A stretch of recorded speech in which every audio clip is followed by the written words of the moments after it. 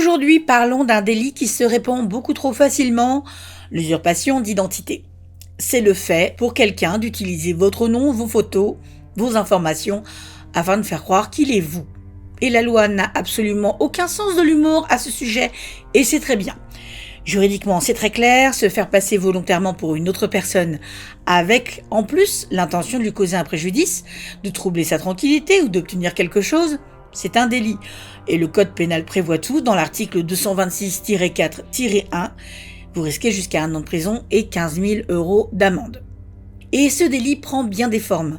L'usurpation, c'est par exemple créer un faux profil avec vos photos, envoyer des messages en se faisant passer pour vous, utiliser vos papiers ou leurs copies, ouvrir des comptes, des abonnements à votre nom, effectuer une démarche administrative en prétendant être vous, ou encore utiliser votre identité pour commettre une autre infraction. Un point essentiel, c'est que même s'il n'y a aucun gain financier, même s'il n'y a pas eu d'arnaque derrière, eh bien ça reste un délit parce que la loi protège votre réputation, votre image, votre tranquillité, ce qui fait que vous êtes vous aussi.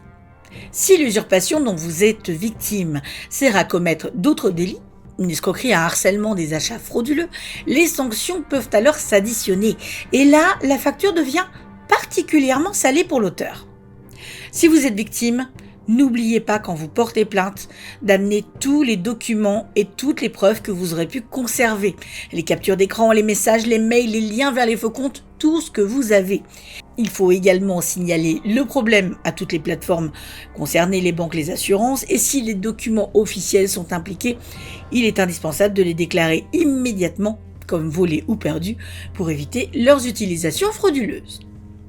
En résumé, l'usurpation d'identité, ce n'est pas un petit jeu, c'est un délit qui aujourd'hui est grave et qui est lourd de conséquences et qui est sanctionné bien sûr sévèrement.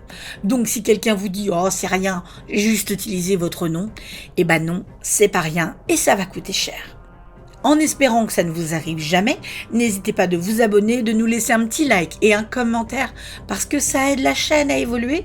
Et si vous avez envie d'aller faire un petit tour sur notre petit Tipeee, eh ben ça nous fera plaisir.